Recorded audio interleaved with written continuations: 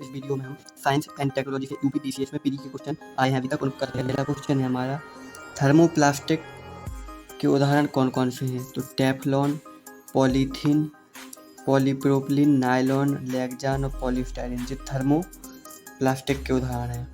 और थर्मोसेटिंग के उदाहरण बेकेलाइट, पॉलीयूरेथेन, पॉलीएस्टर और बल्केनाइज्ड रबर जिसे नियोप्रीन कहा जाता और सिंथेटिक रबर भी कहा जाता, ये थर्मोसेटिंग के उदाहरण हैं। तो यहाँ से ये क्वेश्चन जरूर आपके पेपर में आएगा कि थर्मोप्लास्टिक का उदाहरण कौन कौन सा है और थर्मोसेटिंग का उदाहरण कौन कौन सा है।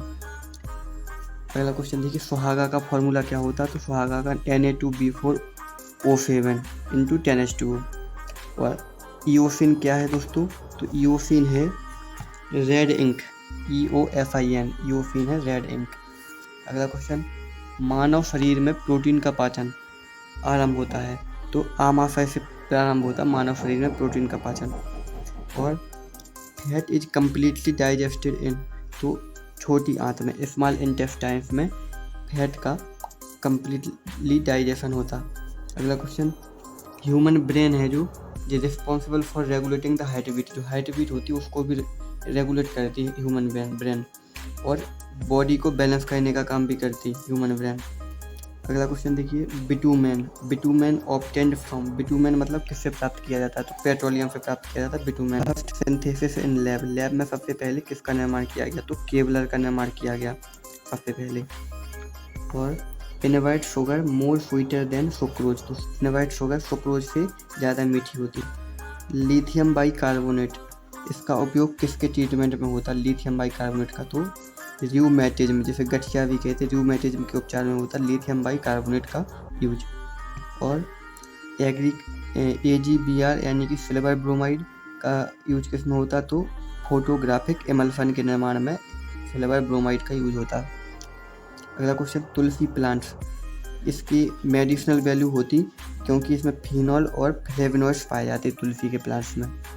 अगला क्वेश्चन, रिवर्स ओस्मोसिस किसमें होती है। तो रिवर्स ओस्मोसिस पोटेविक वाटर में रिवर्स ओस्मोसिस की घटना होती।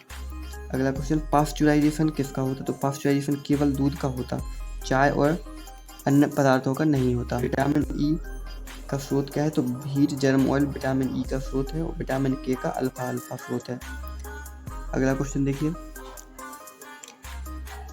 ऑप्टिकल फाइबर में प्रकाश ऊर्जा का संचरण किसका उदाहरण है। तो पूर्ण आंतरिक परावर्तन का उदाहरण है ऑप्टिकल फाइबर में प्रकाश ऊर्जा का संचरण। अगला क्वेश्चन देखिए, टैगजोल क्या है। टैगजोल है एंटी कैम्फर ड्रग है टैगजोल। और केवलर क्या है। केवलर है सिंथेटिक फाइबर। और नाइट्रोसेल्यूलोज इज एक्सप्लोजिव है, नाइट्रोजन जहाँ पर जुड़ा वो एक्सप्लोजिव की श्रेणी में आया था। और एंजाइम के बारे में बताना है, शरीर में उसी स्थान पर कार्य करते हैं एंजाइम जहाँ पर जो उत्पादित होते, यानी कि साइट स्पेसिफिक होते हैं एंजाइम, साइट स्पेसिफिक। तो दोस्तों मिलते हैं नेक्स्ट वीडियो में।